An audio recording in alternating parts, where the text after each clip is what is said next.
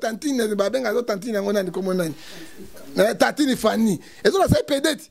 Hein? Tantine Fanny pede mota ya babenga ngo bato fumanganiti. Hervé tu n'es pas bien, on monsieur Hervé, on est bien Hervé, oui, on est bien Hervé. Bah c'était tout ni fallait pas, on est barada conquérant na seka, t'es né bien conquérant na ngate. On y a refinga boto pede, on y a refinga na melaka bangi, on a salaka boy, et zo pese lengite. Bato boto zo ko mona grave. Et puis confi on l'homme idée. Na ko pese quoi conseil.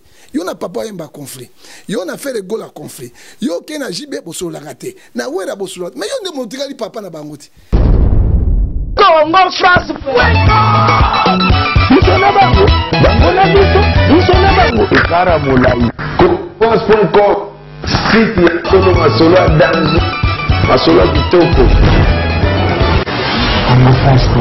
Bonjour à vous chers internautes, merci d'être branchés sur la meilleure chaîne du moment, www.congofrance.com, avec votre servante Sarah Ramazan La Chanel. Je profite pour dire bonjour au patron du site, Monsieur José Dipumba, et notre grand manager Junior Boukson Bouka, c'est un manager à Gaillard. Donc merci Nabino Ninoso, vous avez un temps, Yakolanda, émission Oyo. Omituna Sarah Ramazan, le Yemo, la Kata Plateau, à Rolobé la Bissoni. Donc voilà, c'est la toute première fois que je fais cette émission. Zaka pona naloba toujours associé à Mboka Nanga, na peine toujours associé à musique congolaise na biso. Na minute obino voyez mi maramino sur internet par rapport à musique na so ndenge so kendeli. Donc le ming dans le blaka par rapport à musique congolaise na biso. Par rapport à musique congolaise na biso. Donc ça Ramazan lelo c'est pas sa émission yemoko nanu, mais na reçoit pas ba vie à moi quelques batou pas payer ça, mais en tout cas ngana ba na émission na ngamoko. Ngamoko par rapport à la musique na biso. Nous avons des musiques qui sont puis ma bé makasi nga lo ba pena musique na biso pena elala kala mtote msona minute tozo mona ka teme bazo bunda na kaka dans sens ni nga na lo bela bon. Quand on dit notre musique na biso comme bassesse ya ko sakanati, musique na biso comme kofinga na ya ko sakanati. Donc musique na biso ba yeso lo mote basala ka ezaka oleki na biso fingi o munoko munene mutu munene zolo munene ye kuna soki pede ye kuna soki ndoki ye kuna lala ka tena buto lala ba cercle. Donc musique na biso comme ka bongo tozo édifier sous bana tuté tozo l'accès sous ba tunde ba musique kale sala ke oyo ka pena luambo oyo ko ka pena pepe kalo ka pena madilu ezote ya biso. Non, c'est devenu vraiment du n'importe quoi. En tout cas, Limbisanga eba o bolanda émission o ata même les artistes na ebi kina nga mwana bino na nga mwana kazi na bino na nga lek na bino na nga yana binoti mais babi moi mukepe so abeti mbunda mikolo pe babinaka air moko. Donc voilà, j'espère que vous avez notre temps kolanda émission o ndenge mabete na ndenge pena ya malamu pour na musique na biso ki ka liboso. Donc tozo ka artiste bazo finga na ba bêtise et ça passe na kata mutima. Et ça vraiment passe. Division les encadres de la musique congolaise na biso les Nigériens ne sont pas comme ça. Yango moni elo qui dit ça la musique na biso air nyoso yangwan. Pour mon ataba Nigérien teni bazara pena baza soudé. Na o uto bimaka le na tongo moni script atama solo la traduction nzema solo ba eza du n'importe quoi. Musique ke belé mais tellement que baza soudé ba o ba banda liboso bazo fula bango au mona musique na mo yozo ke liboso. Na ko na mona nga ba Niger ba le kabiso elo moto ba le kabiso en anglais. Et là, il y a des anglais en musique, kota partout. Mais surtout, il y a une source, il y a une copie nyonso ya biso. Et allez, là, comment on va Niger va copier. Ba copie babina na biso, ba rythme na biso, ba instrument va ça la solo biso. Donc ils ont tout copié en Afrique mon bimbo. Ba ebi ke congolais, ama kasi na musique, ama kasi na kobina, donc na mebele to na ba richesse moko biso to zo ratanga ko exploiter ngoti. Nanza me mo tanga tala likola ba pena nzambo pena bano pena ndenge zabwe na pambola bango na mebele me ba e barane o sahela ngoti. E mo nzambe pe pesa ko pesa kanda. E pesa kanda pena ko ke ninga vandi bo abi ke bano bana richesse mo be ba e bi ko sahela ngoti. To na richesse ya makasi na kata mboka na biso. Mais lo e bo ma biso ka mutema mabena basse so biso to za nango. Bon, d'accord. Nous avons un musicien mokoté à ton école pour asungata bano yo atata minava mona ba façon moko pour permettre bana ba ki tanga bazazate oh thème ça me sapazate artiste mokoté ata hôpital la pambo pour na kosunga ke on ba quartier moko boye et sungata bango ba na difficulté tam so futa facture ya cherté ba eloko mokoté biso kaka buzo bana buzo bande za na Congo buzo bana buzo ba Oh, il y a ici immeuble 46 étages. Il y a yena bana ye. Oh, il y a ça mimi tout kebele. Il y a yena bana ye. Donc, bozo tonge bozo la biso lo mokote o ko sunga peke Congo. Et lo mokote. Alors que tout le monde va mboka muso, les artistes font l'effort. Font l'effort pour leur pays. Pour attends chômage on est qui à 100% et qui t'attend à moins 50%. Bozo ça la ngoti. Bino kaso boleki na te bo fingani. Bolo te bo fingani. Siko bo bongi sa musique on ko nini. Bo to kende wapi. Anga pina vandi bona otanga na ngakoma mutu moko te po bino boza so atangi ba komo na bino le na tonga na zu manda na tongo boyo kanga sara mazana ke prison no tanga na koma mutu mote sino lo ba bongo ezo sanga na passe na mutema sanga na passe na mutema ngata na sala micro balader na ngana tuna ka batanzela ba défendre ba qualité d'artiste c'est pour vous aider tant on ngoyo ka défendre ngeza ka bona changer pour na tambola bi eza bongo c'est pour vous aider et que poto sala on pour na ko nuire bino non c'est juste pour la musique congolaise qui est bosso. Parce que la musique na minito eza ko kabwana boye bisano et ça les clan boye kabwani babi le grand mopao yangi mawera son Fally Ipupa clique comme bon mupanzi boto moni papa chéri jibem piana faire rigola héritier watanabe si vous bisanga nam to boza diviser bongo pour aider musique qui est bosso to bozo nsango sima nanga na comprendre il y a pas d'amour chez les artistes bozaka na bassesse et bani bana ba papa tina se bozo lingana ti bozo ça la musique moko donc et comme vraiment tozo baté surtout benga ngoni na be miso tozo ya bo finga na kaka bo finga na kaka bondi makape muninga te OK opela ndimi ke te muninga album et simbia tout le monde chez les américains ils font la polémique mais une bonne polémique biso polémique na biso ça buzoba makasi au moins bani on sa polémique moko loyal oh ezake bozo bunda na bunda na sa polémique na longa na tonga école yo pe pesa muninga posa atonga pe école polémique moi le longa na salle de hôpital et puis ça peut muninga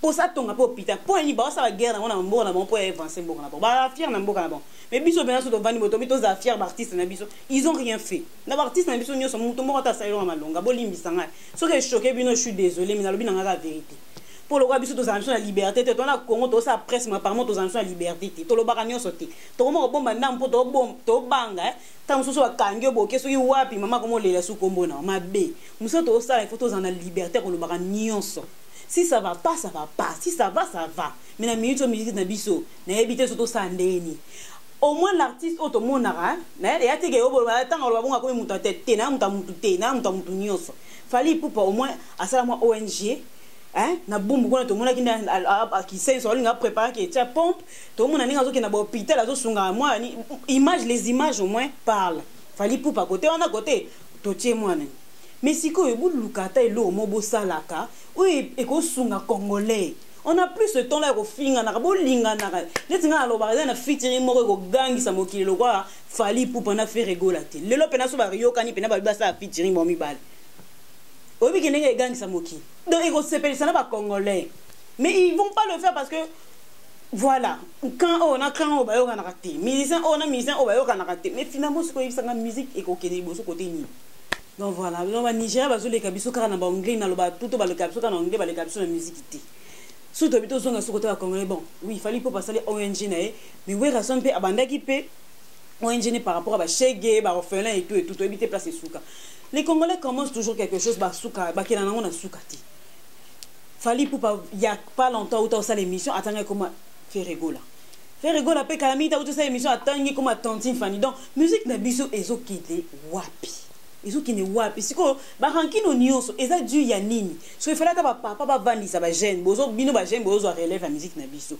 Siko na modèle oboke wapi. Les parents les papas aussi pareil bazo kanate dans bolingo eza na ngote entre les musiciens parce que ce que tant biso do le la musique na biso ke na liboso te musique na biso zo ngasima c'est parce qu'il y a pas d'amour pour place bolingo eza et lo ramalamu esalama so bolingo eza te ekepe liboso te to le mitu na sko musique na biso na minute all ba pays moko bo écoute ba ivoirien ba to ba Brazzaville te bo ba makasa décalé ba pays moko o ba ko le kabiso te ba le kabiso na minute po ani po biso na awa bolingo eza na ngote to kepe liboso ndenge ni na kasa musique congolaise na biso na roba mingi te na inga na zoka réaction 2-3 personnes après tozonga na plateau comme ça na clôturer émission na to 6 émission na bino pour bon mon ça c'est la première fois qu'elle a ça et Laura Modena pour et ça n'ingana pas si na luki moyen sur ça l'émission franchement na luki moyen na ya banani na ya banani pour ça ami porte-parole à tel à côté la tel so na ami porte-parole à tel à côté la tel so ami mission à côté tel ngana benga mon apesa opinion nga ce qui est soit bino bolimbisa mais ça la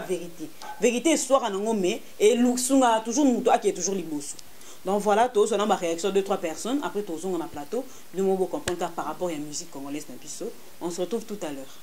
Pour nga on a koloba kaka musique na biso façon ndenge komo kendele mo kendenga mabe komo na kofinga benjira bongo o ya lekia fingi tout le monde fait rigoler tout ça. On demandait non pas fallait pour passer cette émission batuna ke par rapport ya musicien congolais kendenga lobaki Hervé tu pas bien anabi monsieur Hervé anabi Hervé bah c'était tout ni fallait pas o barada conquérant na seka te na bien conquérant na ngate côté peu de moni faire rigoler la cette émission abi ba mambo wa tantine Fanny donc toute musique na so kende ni tout monde ko président ko follow mi dans cette émission ba dimanche tout est passé tous les cas to ki ma on so lobaki na kati émission alors bien eza na mona mo boya solana papa kota utate na par ba oncle n'est pas sur la raté tu comprenais mon eza faire rigola donc ba luka musique o ba do beta ba sala mamba bien que tout monde to bo finga naka tout monde wala kisinda kuna ye wa sala ba faire rigola uta lobi et comme un système que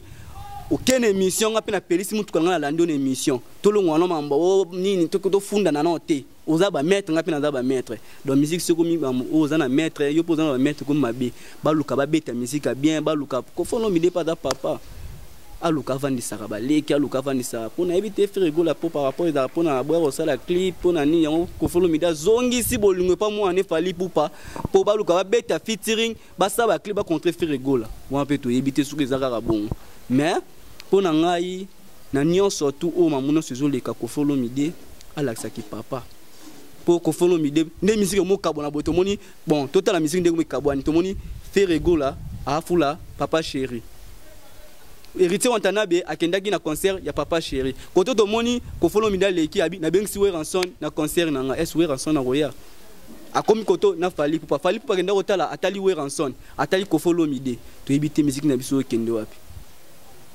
batapoto batala bango ba mikolo bana mikie musique akale daga bat bazo ka bazo bina ata ba rankine zaki ba rankine te ya boende to zo mona boye ko finga nde komisko boye c'est comme ba mettre mo bunda et comme mama boye pona nga conseil na ko pesa baza mikolo baluka ta ba beta musique ba baza bana pa mikolo bana balanda pe ba musique ata musique baloba mwana nga ka lingala te mwana nga ka anglais mwana bo mikumisa bana bino ba congolais boboti ba makila ba congolais bokoli samael na bino boboya buzoba ba o balingi buzoba. Donc pour ngai ce qui ko follow mi da ko vandisa ba onte papa chéri ta ko za papa chéri wa papa ya amour vandisa ba leki pesa ba conseil o ko pas vandisa pe ko follow mi do PC conseil merci bon ngana zali prophète ya batu nyonso na batu mukina batu ya Nzambe mais nécessairement na kokota makambo ya ba musicien mukilité parce que ngana za na côté ya Yesu mais tout le monde likambo ezo sala mabe koleka ezali biso banganga Nzambe to pesa conseil parce que batu ba sambelaka to conseiller bango nécessairement moni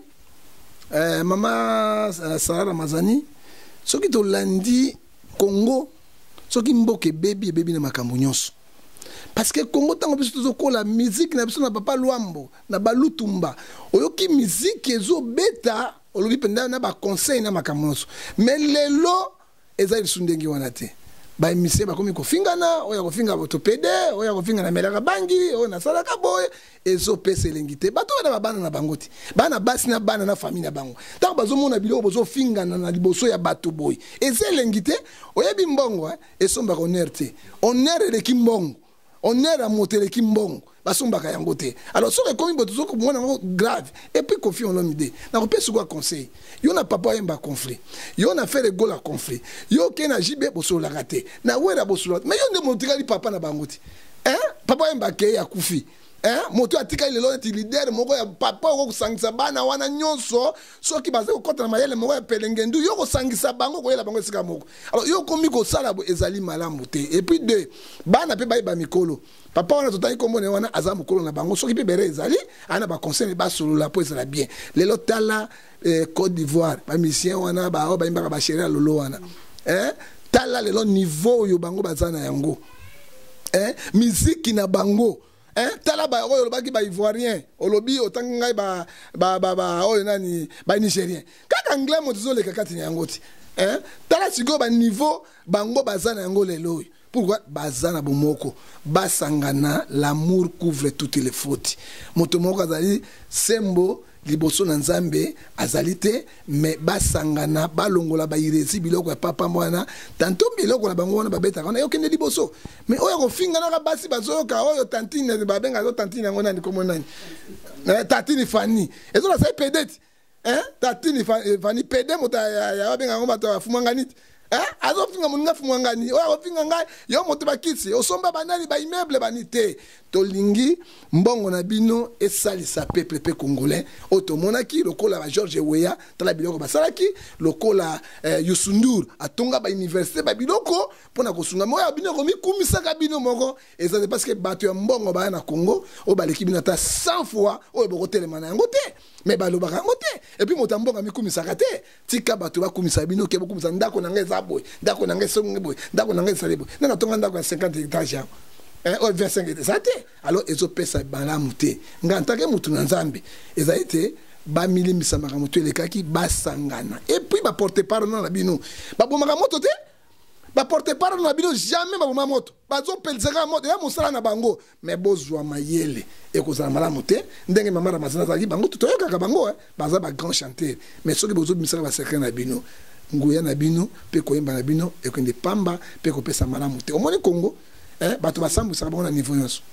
Donc voilà, j'espère que vous avez une réaction à Batou. Pour nalinga ka tena loba nalinga pe réaction Batou pour ninga même la bémission na nalinga mingi peuple population loba pour bangonde ba e ba makamuna source ba e ba makamuna belé pour la musique na biso. Donc voilà, na source émission na oyo ma musique tosto lobé nango trop tosto lobé nango trop to ça pour ça la musique na biso échanger.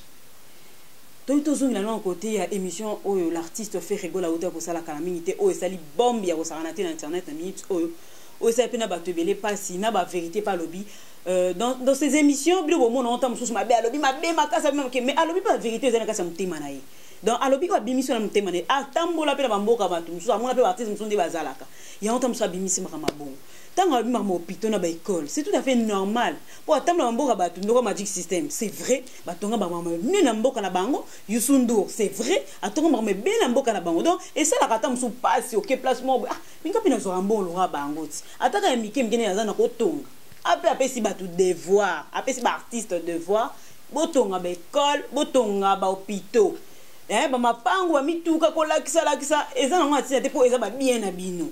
Donc na koloba na mission on a côté li mutu te na fini pe mutu te mais na lobi na nga oyo esalinga passe na kata mutema nanga kala mingi te a tozo ebate ranki na ngo commis entre les grands mots pas on a fait rigoler ça par rapport à ndenge fait rigoler boya ça clip le grand mot pas auto éviter faire le grand mot pas peut kala mingi ta no benga fait rigoler à Ligue des Champions kaka si ko esusu et simbi souté featuring au fali pour passer bongisa le grand mot pas auto éviter musique na biso ezana ma mingi. Donc quand je sens le parler comme ça, j'ai mal au cœur. Non, on va pas si. Pour ngatement na makila ba congolais na makila na ngai donc congolais zo couler na kati na nga. Na sana souci mboka na biso ke liboso. Tant na mona ba mboka mso ba saka, ni ba mboka mso ba saka na la biso ça la ngam tema passe. Et ça la pena ma mingi mais ozana makasi ya effort na kosala ngoti. Yana lo ba ha nzambe ka yemo ka yebi place sorti ka biso. Mais place ya zalaka mona bina ke richesse on a pesa ba congolais na carte wana o ya ba dessinana. Richesse on zama pesa biso to yeba ndi ko sayela ngoti. Yo moni batu musu ba yaka ba yibi mayel na biso ba kesa yelango. Donc en quelque sorte c'était une émission vraiment à cœur ouvert avec Sarah Ramazani. Nazaki vraiment na posé à Koloba pour na bimisa no zema tema na pona luki ba façon nyo so c'est l'émission par rapport à sujet oh na mona kiti. Na mona ki nga mona loba bo comprendre peu que Sarah Ramazani qu'est-ce qu'elle a en elle. Donc non c'est pela makasi ba artiste na biso bolingo ezala. Le plus important c'est l'amour. Et na mona tina mokote o alekinga na mutuka o alekinga na mapango o alekinga na bino nyonso boyeba kitoko makasi. Bino nyonso bola musique na makila. Eloko ezozanga kaka ke ba papa na bana bozwa te ko vana ko solola. Eloko eleki ko solola exacte. Eloko eleki ko solola exacte ba papa bozwa tempe ya ko vanisa ba jeune. Bino bozwa relève ya musique congolaise. Kala modèle bo kopé sur ba papa. Dans ma bé makasi donc voilà vraiment on a commis que chuter dans cette émission oh on a vu que bolandinga de partout bolandinga de partout France Belgique Londres Allemagne Suisse Afrique du Sud Angola na Kinshasa pe mikolo bazo benga makasi au la Congo France et la Sahara qui est à likolo. Donc voilà, merci beaucoup à mon boss qui m'a suivi du début jusqu'à la fin, la peau noire à la tête blanche, monsieur Josué Deidi Pumba, avec notre grand manager Junior Boukson Boukassa. Donc voilà, tous les partenaires de Sahara Amazen, voilà, mon vient dans le dilemme où il y a plus que patron, plus que prêtre. Et puis là, na bi émission et c'est pélicé makasi, na voilà na moni sous Chires ma bien l'envrai londonien, na moni mon vieux Faustin Kambabari na kata Rota, na moni mon vieux David Olito Motomoko bien collègue bien. Donc voilà na moni sous Orlando Ngimbi, bon retour à toi na kata France, bon voyage à toi, na bi que so commis déjà. Voilà na moni sous maman Milinze mamte tous Pepe Lambeto, le maman que j'aime beaucoup. Ma lolo Loris la congolaise Bota 20 ans jamais nous on a ça Kanga Château Rouge, merde dans telle émission ça déjà au CP là. Donc voilà, je remercie tous les fidèles internautes au Bazara toujours la branchée dans la chaîne Mounene www.congofrance.com. Je fais un clin d'œil à ma petite que j'aime beaucoup, moi de Senga. Bon mon amour moi boire chocolat moi boire donc amité pas aux formation. Donc voilà mon c'est dit qu'artiste mobile amour ça toujours la prise de vue. Un chinois, mais on a chinois. Pour moi, ça, Mikolo, ils ont chinois. Donc voilà, douceur, bienvenue dans le clavier. Pendant ce CP Sabino, je fais un clin d'œil à Randy Wali Chatonda comme Nene, Mbala Moulaï. Donc voilà, quant à moi, je vous dis merci. On se retrouve la prochaine fois avec plein d'autres surprises avec Sahara Amazen La Chanel. Merci et au revoir et bye bye. Congo France.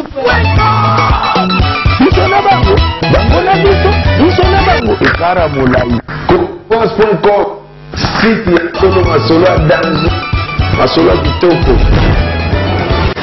CongoFrance.com